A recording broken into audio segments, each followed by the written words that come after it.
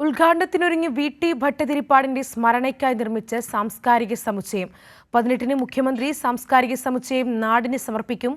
ആധുനിക സൗകര്യങ്ങളോട് കൂടിയാണ് സാംസ്കാരിക സമുച്ചയം നിർമ്മിച്ചിരിക്കുന്നത്. ജില്ലയ്ക്ക് ഒന്നാം പിണറായി സർക്കാർ സമ്മാനിച്ച അസുലഭ മന്ദിരം കൂടിയാണ് വി.ടി. സ്മാരകം. എക്സിബിഷൻ, പെർഫോമൻസ് സെന്ററുകൾ, ഓപ്പൺ എയർ തിയേറ്റർ എന്നിങ്ങനെ 3 ബ്ലോക്കുകളായാണ് സമുച്ചയം നിർമ്മിച്ചിരിക്കുന്നത്. നാടകശാല, സിനിമാ ഹാൾ, നൃത്ത സംഗീതശാല, ഗ്യാലറി, ചർച്ചകൾക്കും സെമിനാറുകൾക്കും ഹാളുകൾ എന്നിവയും സമുച്ചയത്തിലുണ്ട്.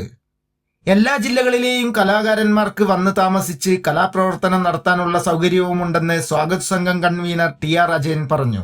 പ്രധാനമായും ഒരു സാംസ്കാരിക രംഗത്ത് ഇടപെടാൻ വേണ്ടിയിട്ടുള്ള എല്ലാ തരത്തിലുള്ള കാര്യങ്ങളും ഇവിടെ ഉണ്ട്. തിയേറ്ററുണ്ട്, അതിൻ്റെ കൂട്ടത്തിൽ തന്നെ തിയേറ്ററിൻ്റെ കൂട്ടത്തിൽ പെർഫോമിംഗ് ആർട്സിന് വേണ്ടിയിട്ടുള്ള സ്ഥലങ്ങളുണ്ട്, സെമിനാർസ് നടത്താനുള്ള സ്ഥലങ്ങളുണ്ട്. അങ്ങനെ ഒരുപാട് കാര്യങ്ങൾ ഇതിൻ്റെ അകത്ത് ഉണ്ട്. പാലക്കാട് മെഡിക്കൽ കോളേജിന് സമീപം കിഫ്ബിയുടെ 68,43,00,000 രൂപ ചെലവഴിച്ചാണ് വി.ടി. ഭട്ടതിരിപ്പാട് സ്മാരക സമുച്ചയം നിർമ്മിച്ചതെന്ന് ജില്ലാ public library council vice president CP. Pramod. ഇന്ത്യാരാജ്യത്ത് തന്നെ സാംസ്കാരിക രംഗത്ത് ഇത്രയധികം മുതൽ മുടക്ക് മറ്റൊരു സംസ്ഥാനത്തും നടത്തിയിട്ടില്ല.